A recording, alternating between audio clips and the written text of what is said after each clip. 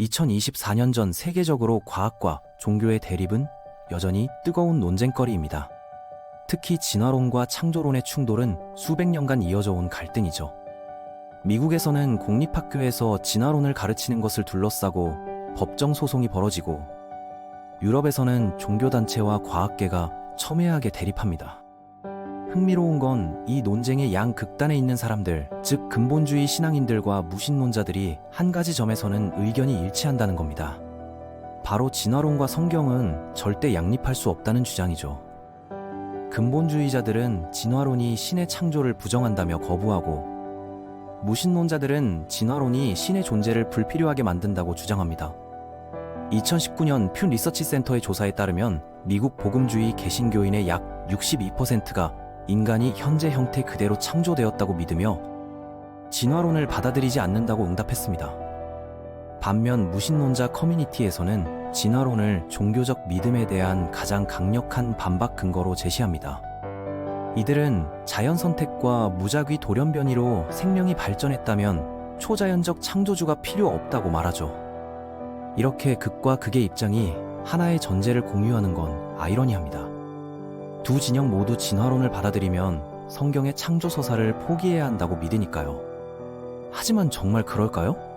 정말 과학적 진화론과 성경의 창조 이야기는 양립할 수 없는 걸까요?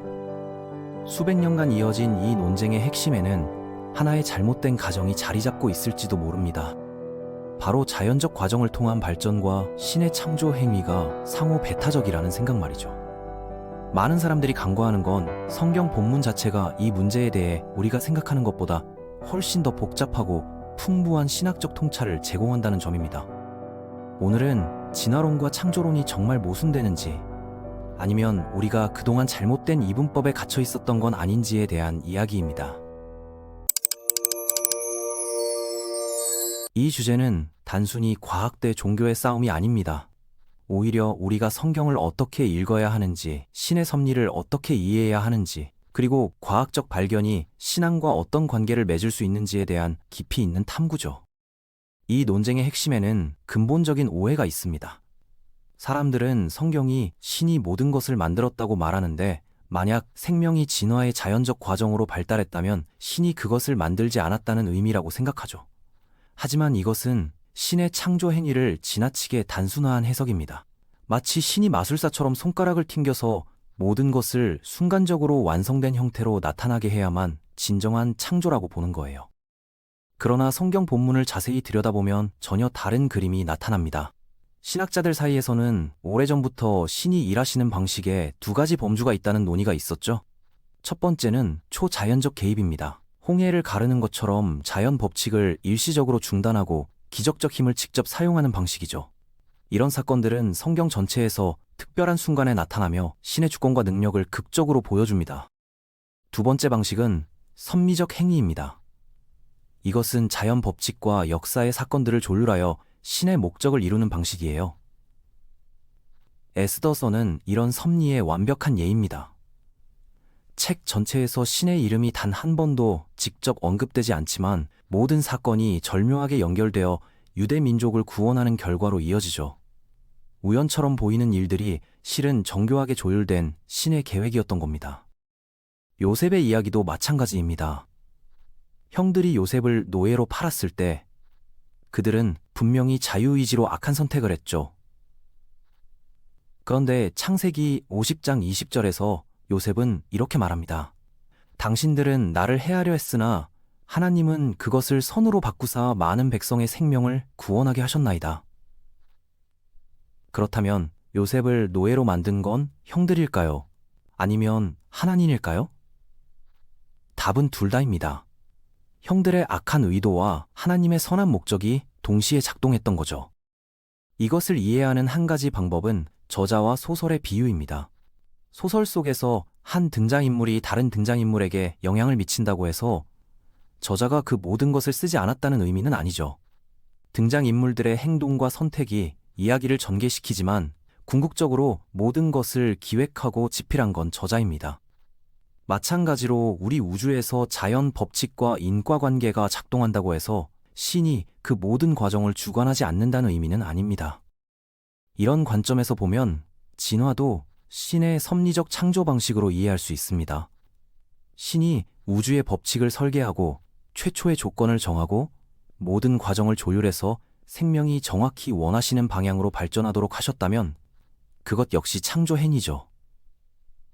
무작위 돌연변이와 자연 선택이라는 메커니즘을 통해 작동한다고 해서 신의 주권이 배제되는 건 아닙니다. 실제로 잠언 16장 33절은 이런 신학적 원리를 명확히 보여줍니다. 사람이 제비는 뽑으나 모든 일을 작정하기는 여호와께 있느니라. 제비 뽑기는 완전히 무작위적인 행위처럼 보이지만 성경은 그 결과조차 신이 결정하신다고 말합니다. 마찬가지로 돌연변이가 무작위적으로 보인다고 해서 신의 통제 밖에 있는 건 아니죠. 신이 시공간 자체를 창조하셨다면 신의 관점에서 진정으로 무작위적인 것은 없을 겁니다. 그렇다면 창세기 한 장의 6일 창조는 어떻게 이해해야 할까요? 많은 사람들이 여기서 걸림돌을 느낍니다. 성경이 명백히 엿새 동안 세상이 만들어졌다고 말하는데 어떻게 수억 년의 진화론적 시간표와 조화시킬 수 있을까요? 하지만 여기서 중요한 질문은 창세기의 하루가 정확히 무엇을 의미하는가입니다. 흥미롭게도 창세기를 기록한 모세 자신이 다른 곳에서 시간에 대한 유연한 이해를 보여줍니다. 시편 90편 4절에서 모세는 이렇게 썼죠. 주께는 1000년이 지나간 어제 같으며 밤의 한 경점 같을 뿐이니이다.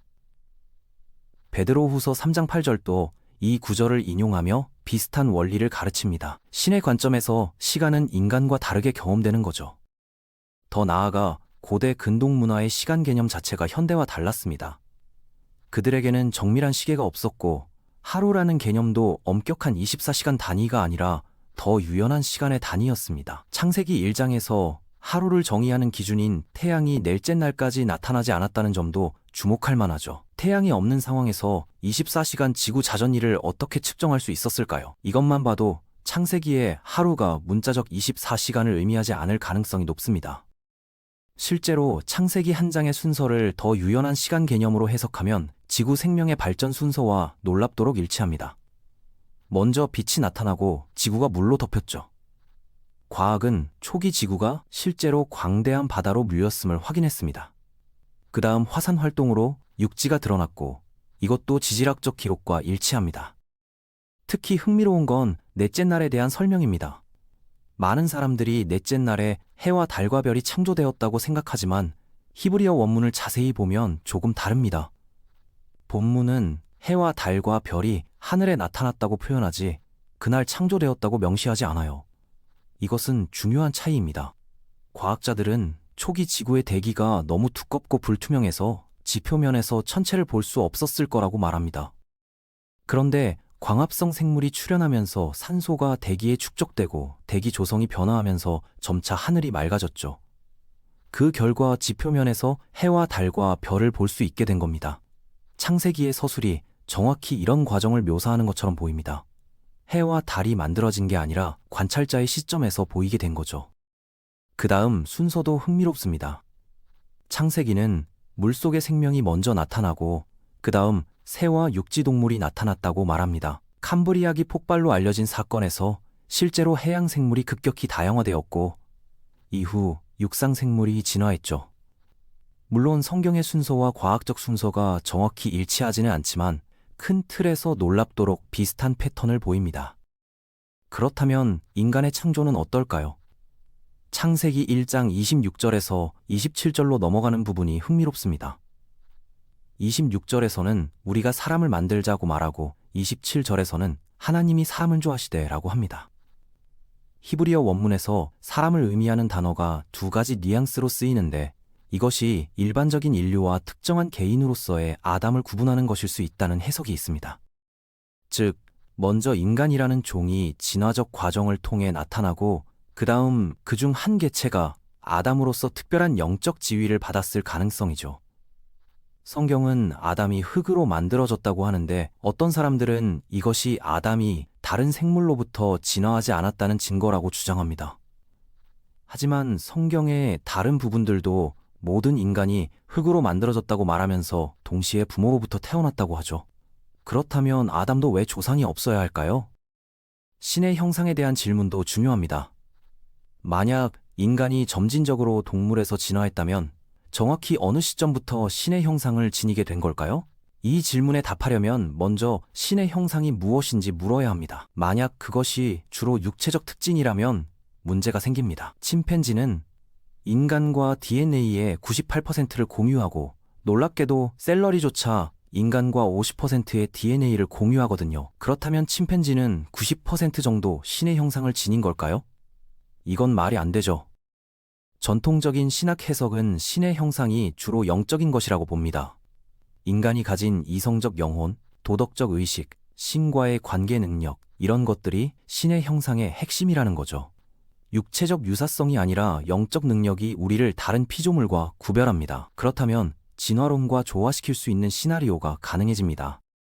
오래전 지구에는 거의 인간과 비슷한 호미니드들이 살고 있었습니다. 네안데르탈인이나 다른 초기 인류 종들이죠. 어느 시점에 신이 그들 중 하나를 선택해서 에덴 동산에 두고 그에게 생명의 숨결, 즉 이성적 영혼을 불어넣으셨습니다.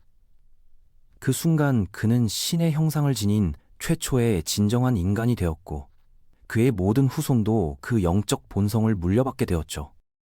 이런 해석은 아담이 여전히 최초의 인간이라는 성경의 가르침을 유지하면서도 진화론적 인류 기원과 조화를 이룹니다. 아담 이전에도 생물학적으로 유사한 존재들이 있을 수 있지만 영적 의미에서의 인간은 아담부터 시작된 거죠. 그런데 여기서 또 다른 질문이 나옵니다. 로마서 5장은 죽음이 아담을 통해 세상에 들어왔다고 말하는데 진화론에서는 아담 이전에도 수억 년간 죽음이 있었잖아요. 이것은 모순 아닐까요? 하지만 로마서를 자세히 읽어보면 다른 해석의 여지가 있습니다. 로마서 5장 14절은 그러나 아담으로부터 모세까지 죽음이 왕 노릇하였나니라고 하는데 이것은 모세 이후에도 죽음이 계속되었다는 걸 암시합니다. 그렇다면 왜 아담 이전에는 죽음이 있을 수 없을까요? 더 나아가 로마서 5장은 은혜가 그리스도를 통해 온 것처럼 죽음이 아담을 통해 왔다고 말합니다. 그런데 그리스도가 가져온 구원은 그리스도 이전 사람들에게도 소급 적용되었죠. 구약의 믿음의 사람들도 그리스도의 공로로 구원받았으니까요. 마찬가지로 아담이 가져온 죽음도 아담 이전의 피조물에게 어떤 의미로든 소급 적용될 수 있지 않을까요? 신은 시간 밖에 계시니까요.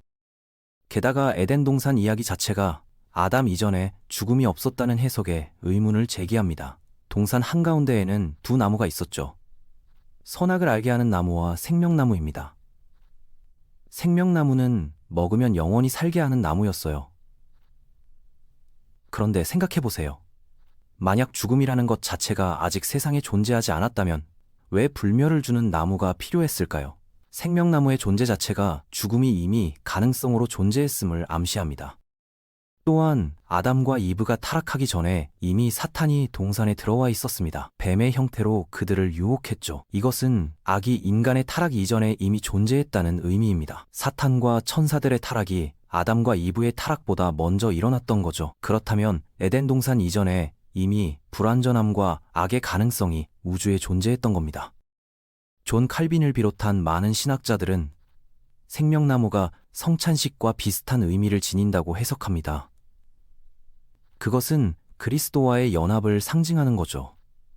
만약 아담이 생명나무 열매를 먹고 사탄의 유혹을 거부했다면 그는 즉시 그리스도와 완벽하게 연합하여 완전히 거룩해지고 불멸하게 되었을 겁니다. 그리고 지상에서 신의 왕적 대표자가 되어 모든 악을 물리치고 온 우주에 신의 나라를 확장하는 사명을 완수했겠죠. 이런 관점에서 보면 에덴 동산은 완벽했던 게 아니라 매우 좋았던 상태였습니다. 아직 완성되지 않은 잠재력을 지닌 상태였죠. 창세기 1장 4절이 흥미롭습니다. 하나님이 빛을 보시니 좋았더라. 하나님이 빛과 어둠을 나누사 빛은 좋았지만 어둠은 좋다고 하지 않았어요. 어둠은 악하지는 않지만 불완전한 상태를 나타냅니다. 악이란 결국 선의 결핍이니까요. 새 하늘과 새 땅에서는 모든 것이 완벽해질 거라고 성경은 약속합니다. 그곳에서는 밤이 없고 어둠이 없죠. 이것은 에덴 동산조차 궁극적인 완성 상태는 아니었음을 보여줍니다. 에덴은 출발점이었고 신의 계획은 항상 그것을 넘어서는 더 영광스러운 완성을 향하고 있었던 거죠. 그렇다면 왜 신은 이런 방식을 선택하셨을까요? 왜 처음부터 완벽한 상태로 만들지 않고 불완전함을 허용하셨을까요? 왜 수많은 죽음을 수반하는 진화 과정을 사용하셨을까요? 이것은 더 큰 악의 문제와 연결됩니다. 개혁주의 신학의 일반적인 답변은 신이 악을 허용하신 이유는 그리스도를 통해 악을 물리치심으로써 영광을 받으시기 위함이라는 거죠. 이것이 성경 전체의 큰 주제입니다. 신은 어둠에서 빛을 가져오십니다. 혼돈에서 질서를 만드시죠. 죽음에서 생명을 일으키십니다. 진화론도 이런 패턴과 일관됩니다. 진화에서 죽음은 더 복잡하고 아름다운 생명을 만들어내는 자연 선택의 핵심 메커니즘이니까요. 죽음이 생명의 다양성과 복잡성을 증가시키는 도구가 되는 거죠.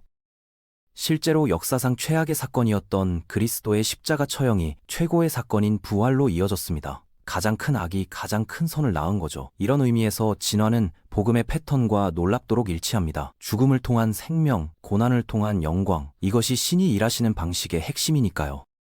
더 나아가 성경을 살펴보면 신이 무언가를 창조하실 때 항상 유기적이고 점진적인 과정을 사용하신다는 패턴을 발견할 수 있습니다. 예수님은 하나님의 나라를 겨자씨에 비유하셨죠.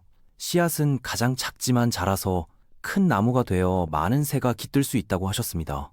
순간적인 창조가 아니라 성장과 발전의 과정이 있는 거예요. 이스라엘 민족도 마찬가지입니다. 신이 손가락을 튕겨서 완전한 국가를 만드신 게 아니라 아브라함 한 사람에서 시작해서 점차 가족이 되고 부족이 되고 민족이 되었죠. 여러 지파로 나뉘어 복잡한 사회 구조를 형성했습니다. 교회도 그렇습니다. 예수님과 12제자에서 시작해서 점차 확장되어 전 세계로 퍼져나갔어요. 인류 전체도 이런 패턴을 따릅니다. 아담에서 시작해서 그의 후손들이 여러 나라와 언어로 분화되었죠. 그렇다면 모든 생명도 같은 방식으로 창조되었다고 보는 게 일관성 있지 않을까요? 하나의 공통 조상에서 시작해서 점차 다양한 종으로 분화되는 거죠. 복음주의자들은 종종 성경에 왜 그렇게 많은 족보가 나오는지 궁금해합니다. 지루한 이름 나열처럼 보이는 부분들이 왜 영감받은 성경에 포함되었을까요? 힌트를 얻어야 합니다. 족보가 바로 신이 일하시는 방식이기 때문이죠. 생명의 역사도 거대한 족보입니다. 하나의 뿌리에서 무수한 가지가 뻗어나가는 생명의 나무 말이죠. 물론 여전히 문제가 있습니다. 창세기의 족장들 나이를 더하면 아담이 약 6천년 전에 살았다는 계산이 나옵니다. 하지만 과학은 현대 인류가 훨씬 더 오래전에 출현했다고 하죠. 이 모순은 어떻게 해결할까요? 여기서 중요한 건 고대 히브리 문화의 숫자 사용법을 이해하는 겁니다. 히브리인들은 숫자에 상징적 의미를 부여했습니다. 7은 완전함을, 12는 신의 백성을, 40은 시험과 정화를 상징했죠. 족장들의 나이도 무작위로 분포되어 있지 않고 특정한 패턴과 상징적 의미를 지닌 숫자들로 구성되어 있습니다. 고대 문화에서는 역사적 정확성보다 신학적 의미를 전달하는 게 더 중요했던 경우가 많았어요.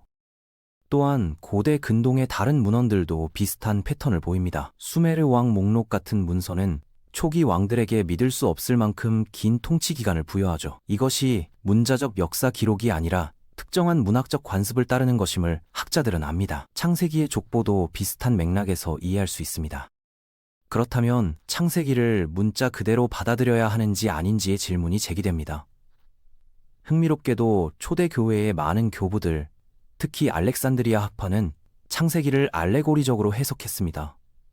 오리게네스, 알렉산드리아의 클레멘트, 그리고 어거스틴도 문자적 6일 창조를 의심했죠. 이것은 다윈이 진화론을 발표하기 1000년도 더 전의 일입니다. 그들은 과학에 타협한 게 아니라 성경 본문 자체를 깊이 연구한 결과 그런 해석에 도달했던 거예요. 존 칼빈은 문자적 6일 창조를 믿었지만 동시에 우리가 세속과학의 성과를 존중해야 한다고 가르쳤습니다. 칼빈은 성경이 종종 인간의 이해 수준에 맞춰 단순화한다는 적응 이론을 발전시켰죠. 예수님도 마태복음 19장에서 모세가 당시 사람들의 완악함 때문에 이혼 허락서를 써주었다고 하셨습니다. 모세가 이상적 기준이 아니라 사람들이 감당할 수 있는 수준으로 율법을 조정했다는 거죠. 모세가 창세기를 썼다면 모세도 창조 이야기를 당시 사람들이 이해할 수 있도록 단순화했을 가능성이 높습니다. 만약 성경이 빅뱅, 양자 역학, DNA, 자연 선택 같은 개념을 자세히 설명했다면 고대인들은 전혀 이해하지 못했을 겁니다. 그래서 성경은 신학적 핵심 진리를 전달하면서도 과학적 세부 사항은 당시 사람들의 세계관에 맞춰 표현한 거죠. 성경의 목적은 과학 교과서가 되는 게 아닙니다. 성경은 구원의 역사를 기록하고 그리스도를 증거하기 위해 쓰였어요. 창세기의 핵심 메시지는 우주가 우연의 산물이 아니라 선하신 신이 목적을 가지고 창조하셨다는 것, 인간이 특별한 지위를 가진 신의 형상이라는 것, 그리고 죄와 타락이 실제하며 구속이 필요하다는 것입니다. 이런 신학적 진리는 창조의 과학적 메커니즘과 무관하게 유효합니다. 칼빈이 말했듯이 모든 신성한 계시는 신이 우리 수준에 맞춰 낮추시는 것입니다. 마치 부모가 어린아이에게 복잡한 개념을 단순한 언어로 설명하는 것처럼요. 그 설명이 기술적으로 완벽하지 않더라도 핵심 진리는 전달됩니다. 성육신 자체가 바로 그런 적응의 궁극적 형태였죠. 무한하신 신이 유한한 인간의 형태로 오셔서 우리가 이해할 수 있는 방식으로 자신을 드러내셨으니까요. 이런 모든 논의는 과학과 신앙이 반드시 적대적일 필요가 없다는 걸 보여줍니다. 오히려 둘은 같은 현실을 다른 관점에서 탐구하는 상보적 접근일 수 있습니다. 과학은 어떻게를 묻고 신학은 왜를 묻죠. 과학은 메커니즘을 연구하고 신학은 의미와 목적을 탐구합니다. 진화론이 생명의 발전 과정을 설명한다고 해서 그 과정 뒤에 신의 섭리가 있다는 믿음과 모순되지 않습니다. 많은 위대한 과학자들이 깊은 신앙을 가졌던 것도 우연이 아닙니다. 케플러는 자신의 과학 연구를 하나님의 생각을 따라 생각하기라고 불렀죠. 그는 자연 법칙을 발견하는 것이 창조주의 지혜를 엿보는 것이라고 믿었습니다. 현대에도 프란시스 콜린스 같은 유명한 유전학자가 진화론을 받아들이면서도 신실한 기독교인으로 살아갑니다. 결국 진화론과 창조론의 갈등은 과학과 종교 사이의 필연적 전쟁이 아니라 각자의 영역을 잘못 이해한 데서 비롯된 오해일 수 있습니다. 과학이 신학의 영역을 침범해서 신의 존재나 목적에 대해 단정하려 하거나 종교가 과학의 영역을 침범해서 경험적 탐구의 결과를 무시하려 할 때 갈등이 생기는 거죠. 하지만 각자의 적절한 영역에서 작동한다면 과학은 창조의 경이로움을 더 깊이 드러내고 신앙은 그 경이로움의 의미와 방향을 부여할 수 있습니다. 진화 과정의 정교함과 복잡성을 알수록 그것을 가능하게 한 우주의 섬세한 조율에 경탄하게 되죠. 빅뱅 직후의 조건이 조금만 달랐어도 생명은 불가능했을 겁니다. 자연 상수들이 미세하게라도 다르면 원자도 형성되지 않았을 거예요. 이런 미세 조정은 우연으로 보기 어렵습니다. 많은 물리학자들이 인정하듯이 우주는 마치 생명을 위해 설계된 것처럼 보입니다. 진화론이 생명의 다양성을 설명한다고 해도 왜 진화를 가능하게 하는 법칙들이 존재하는지, 왜 우주가 그런 법칙들을 따르는지는 여전히 신비입니다. 과학은 이 신비를 해결하지 못하고 어쩌면 해결할 수도 없을 겁니다. 그것은 과학의 한계를 넘어서는 형이상학적 질문이니까요. 진화와 창조의 조화는 단순히 지적 호기심의 문제가 아닙니다. 이것은 우리가 어떻게 세상을 보고 어떻게 신을 이해하고 어떻게 살아갈지에 영향을 미칩니다. 만약 진화가 신의 창조 방법이라면 자연은 단순히 조작해야 할 자원이 아니라 신의 지속적인 창조 활동이 펼쳐지는 무대입니다. 생태계의 연결망, 종들의 상호 의존성, 생명의 놀라운 적응력, 이 모든 것이 신의 지혜와 돌보심을 증거하죠. 또한 진화론적 관점은 인간의 위치에 대해서도 새로운 통찰을 줍니다. 우리는 나머지 창조와 완전히 단절된 존재가 아니라 생명의 위대한 역사 속에 자리한 존재입니다. 우리는 흙에서 나왔고 모든 생명과 연결되어 있으며 동시에 신의 형상으로서 특별한 책임을 지닙니다. 이것은 오만함과 겸손함을 동시에 요구하는 정체성이죠. 진화는 또한 고난과 죽음에 대한 신학적 이해를 깊게 합니다. 만약 죽음이 창조 과정의 일부였다면 죽음 자체가 절대 악은 아닙니다. 문제는 죽음이 아니라 신과의 분리, 영적 죽음이죠. 육체적 죽음은 변화와 새로운 생명의 통로가 될 수 있습니다. 씨앗이 땅에 떨어져 죽지 않으면 많은 열매를 맺을 수 없다는 예수님의 말씀처럼요. 이 모든 논의에도 불구하고 많은 사람들은 여전히 불편함을 느낄 겁니다. 그것은 자연스러운 반응입니다. 수백 년 동안 형성된 사고방식을 바꾸는 건 쉽지 않으니까요. 하지만 역사는 교회가 과학적 발견에 적응하면서 오히려 신학적으로 성숙해진 사례들을 보여줍니다. 지구가 우주의 중심이 아니라는 발견이 처음에는 충격이었지만 결국 신의 창조가 우리가 상상했던 것보다 훨씬 웅장하다는 깨달음으로 이어졌죠. 마찬가지로 진화론도 초기의 충격을 넘어서면 신의 창조 방식이 우리가 생각했던 것보다 훨씬 더 정교하고 아름답다는 인식으로 이어질 수 있습니다. 손가락을 튕겨서 완성품을 만드는 것보다 수억 년에 걸쳐 점진적으로 복잡성과 아름다움을 증가시키는 과정이 어쩌면 더 경이롭지 않을까요? 빅뱅의 순간부터 지금까지 펼쳐진 우주적 서사는 신의 인내와 창의성, 그리고 궁극적 목적에 대한 확고한 헌신을 보여주는 장대한 이야기입니다. 결국 과학이 발전할수록 우리가 알아야 할 것이 얼마나 많은지 더 명확해집니다. 매 발견은 새로운 질문들을 낳고 우주의 신비는 줄어들지 않습니다. 과학은 경이로움을 제거하는 게 아니라 더 깊은 경이로움으로 인도합니다. 그리고 그 경이로움의 끝에서 많은 사람들이 창조주의 지혜를 발견하게 됩니다. 진화와 창조의 조화는 완벽한 답이 아닐 수 있습니다. 여전히 해결되지 않은 질문들이 많고 신학자들과 과학자들이 계속 씨름해야 할 부분들이 있죠. 하지만 이것은 대화의 끝이 아니라 시작입니다. 과학과 신앙이 서로를 적으로 보는 대신 진리를 향한 여정에서 동반자가 될 수 있다는 가능성을 열어줍니다. 그리고 그 여정에서 우리는 창조주와 창조물 모두에 대해 더 깊이 이해하게 될 것입니다. 성경이 우리에게 주는 건 과학 교과서가 아니라 더 귀한 것, 바로 구원의 이야기이며 그 이야기는 우주가 어떤 메커니즘으로 작동하든 변함없이 참되고 아름답습니다.